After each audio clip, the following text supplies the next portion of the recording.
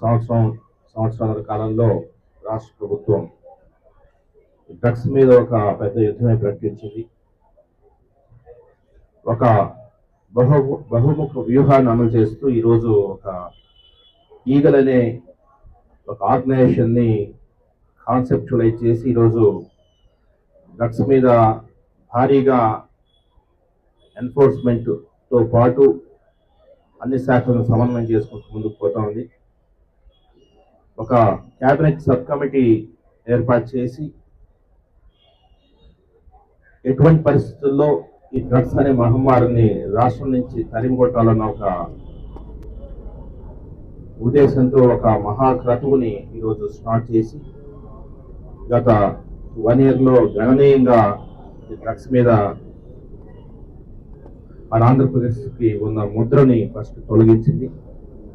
దాదాపు 8,500 ఎకరాల నుంచి 9,000 ఎకరాల వరకు ఆంధ్ర ఒరిస్సా బార్డర్లో గంజా పండించే రోజు నుంచి ఈరోజు డ్రోన్స్ కావచ్చు, శాటిలైట్ మ్యాప్స్ కావచ్చు, వాటి సహకారంతో ఈరోజు 1 ఎకరాలో కూడా గంజాయి పండకుండా నిషేధించడం అనేది అతిపెద్ద విజయం. ఈరోజు ఈగల్ సాధించిన అతిపెద్ద విజయం ఏదైనా ఉందంటే ముందుగా ఆంధ్ర ఒరిస్సా బార్డర్లో ఆంధ్ర ప్రాంతంలో 1 ఎకరాలో కూడా గంజా పండించకూడదు అన్న ఉద్దేశంతో ఈరోజు బ్రహ్మాండంగా ఈగల్ అనే సంస్థ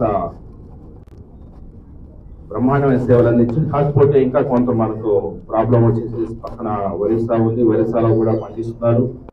అక్కడ ప్రభుత్వాలు కూడా ఉత్పాద మోపాలను చూస్తున్నాయి. బట్ మనకున్నంత రీసోర్సెస్ లేకపోవచ్చు, మనకున్నంత ఉత్సాహం లేకపోవచ్చు. ఇంకా ఒరిస్సా రాష్ట్రంలో కొంత గంజా సాగు ఉంది. ఇది ఎందుకంటే దేశంలో ఇందాక మన డాక్టర్ రమేష్ గారు చెబుతూ మన చుట్టుపక్కల ఉన్న దేశాల నుంచి మనకు ఈ నార్కోటిక్స్ ముంపు పొంచి ఉందని చెప్పారు. కాకపోతే అన్ఫార్చునేట్లీ గంజాకి సంబంధించిన వరకు మన రాష్ట్రం ఒకప్పుడు మొత్తం దేశాన్ని మొత్తం మన రాష్ట్రం ట్రీట్ చేసేది. సో అపవాదం తొలగించుకుంటే, ఎందుకంటే ఆంధ్ర ఒరిస్సా బార్డర్లో అంత మునుపు మావోయిజం ఉన్న నేపథ్యంలో లోపలికి పోలీస్ ఫోర్సెస్ చొచ్చుకోవడం అనేది కొంత కష్టతరంగా ఉండేది. అదేవిధంగా ప్రభుత్వాలు కూడా అంత దాని మీద ఫోకస్ పెట్టకపోవడం వల్ల కొంత గంజా పెరిగిన మాట వాస్తవం. బట్ లాస్ట్ 1.5 years లో మనము రీబౌండ్స్ అయ్యి ఈరోజు మనము ముందుకు కదులుతున్నాం. సో ఈగల్ అనే సంస్థ వచ్చిన తర్వాత ఒక కోఆర్డినేటెడ్ ఎఫర్ట్, అంటే ఒకవైపున పోలీస్ ఎన్ఫోర్స్మెంట్ అనేది చూడడానికి పోలీస్ శాఖ, అదేవిధంగా ప్రజల్లో చైతన్యం తెచ్చేదానికి విద్యాశాఖ, అదేవిధంగా కొంత డీఅడిక్షన్, కొంత మోటివేషన్, కొంత చైతన్యం తేవడానికి వైద్య శాఖ, ఇలాగా అన్ని శాఖలు సమన్వయంతో కలిసి ముందుకు పోతున్నాయి. పోలీస్ శాఖకు వస్తే మాత్రము ఎన్ఫోర్స్మెంట్ ఉక్కుపాదంతో అణిచివేయాలి. ఎటువంటి పరిస్థితుల్లో జీరో టాలరెన్స్ టు దిస్. ఎవడైనా గంజా తీసుకున్నా, గంజా పెడల్ చేసినా కూడా ఉక్కుపాదం తొక్కివేయాలా, అటువంటి వాడిని అధపాతాలలో తొక్కివేయాలన్న ఒక నిబద్ధత ఈరోజు పనిచేస్తా ఉంది. అందుకే ఇందాక రవికృష్ణ చెప్పినట్టు పిట్ అండ్ డిపేస్ యాక్ట్. పిట్ అండ్ డిపేస్ యాక్ట్ అంటే విచారణ లేకుండా వాడిని 1 year జైల్లో తోసేసేయచ్చు. ఆ విధంగా ఈరోజు 95 మెంబర్స్ ఈరోజు పిట్ అండ్ డిపేస్ కింద జైలులో మగ్గుతున్నారు. మన ఎన్టీఆర్ జిల్లా నుంచి దాదాపు 22 మందిని మొట్టమొదటిగా మన ఎన్టీఆర్ జిల్లాని స్టార్ట్ చేశాము. ఈ పిట్ అండ్ డిపేస్ యాక్ట్ అనేది మనము దాన్ని ఆచరణలోకి తెచ్చి 22 మందిని కటకటాలు వెనక్కి పంపించాం. 1 year నుంచి జైల్లో ఉన్నారు. ఎందుకు చెప్తున్నానంటే ఒక చీకటి కనిపిస్తుంది. ఈ డ్రగ్స్ జోలికి వెళ్తే అంత ఆషామాషిగా బయటకు రాదు. ఎందుకంటే ఎన్డీపీఎస్ యాక్ట్ అనేది ఒక డ్రకోనియన్ లా. అంటే ఒకసారి ఊహించుకోండి, మీరు పొరపాటున ఎవరో మీ రంజిదీప్ పైడనో లేదంటే చాలా ఉత్సాహంగా ఉంటున్నానో ఒక్కసారి గంజాయి సేవిస్తే మరి పోలీస్ ఇన్వెస్టిగేషన్లో గంజా మీకు సప్లై ఎవడైతే చేశాడో వాడిని మేము పట్టుకున్నాం అనుకోండి. సో వాడు మీ పేరు చెప్తాడు, మీ దగ్గరికి వచ్చి మిమ్మల్ని మేము అరెస్ట్ చేస్తాం, ఎందుకంటే ఎటువంటి పరిస్థితులు ఉపేక్షించేది ఇందాక చెప్పాను.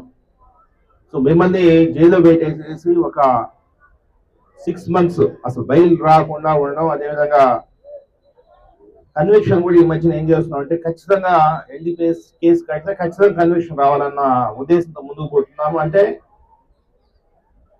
విచారణ జరిగిన తర్వాత 20 సంవత్సరాలు జైల్లో ఉండాల్సి వస్తే ఎలా ఉంటుందో దయచేసి ఒకసారి అర్థం చేసుకోవాల్సిన అవసరం ఈరోజు యువతకు ఉంది.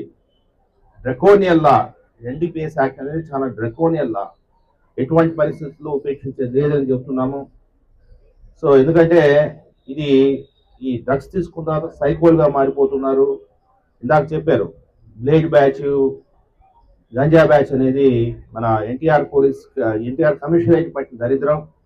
సో దీన్ని అసలు ఈ పేరుని తొలగించాలనే దిశగా మేము ముందుకు పోతున్నాము. ఒక మహాయజ్ఞం చేస్తానే ఉన్నాం, బట్ ఇంకా ఉంది. సో ఎక్కడి నుంచి పట్టుకొస్తున్నారో మాకు అర్థం కావట్లేదు. కొంత డిమాండ్ అనేది చాలా పెరిగినా కూడా, ఎందుకంటే ఈరోజు గంజా ఒక సంవత్సరం క్రితం ఉన్న రేట్తో పోలిసి ఈరోజు దాదాపు 7-8 ఇంతలు రేట్ పెరిగిందంటే ఖచ్చితంగా సప్లై తగ్గింది, విపరీతమైన సప్లై తగ్గిందని చెప్పేసి మనం డిమాండ్ పెరిగింది. సప్లై తగ్గడం వల్ల, డిమాండ్ పెరగడం వల్లనే ఈరోజు రేట్ అనేది విపరీతంగా పెరిగింది, గంజా రేట్ అనేది అర్థమవుతా ఉంది. కాకపోతే ఇంకొక కొత్త ట్రెండ్ వస్తాం ఏంటంటే గంజా తాగాలి వీడు, ఎందుకంటే వీడు గంజా తాగకుండా అడిక్ట్ అయిపోతాడు, గంజా తాగకుండా ఉండలేడు, డబ్బులు ఉండవు. అప్పుడు వాడు ఏం చేస్తాడంటే ఒక బైక్ దొంగతనం చేస్తాడు. ఆ బైక్ తీసుకుపోయేసి ఆ పైన పసుపులంక ఏజెన్సీ ఎరలు అమ్మేస్తాడు. అమ్మేసి అక్కడి నుంచి గంజా తీసుకుంటాడు.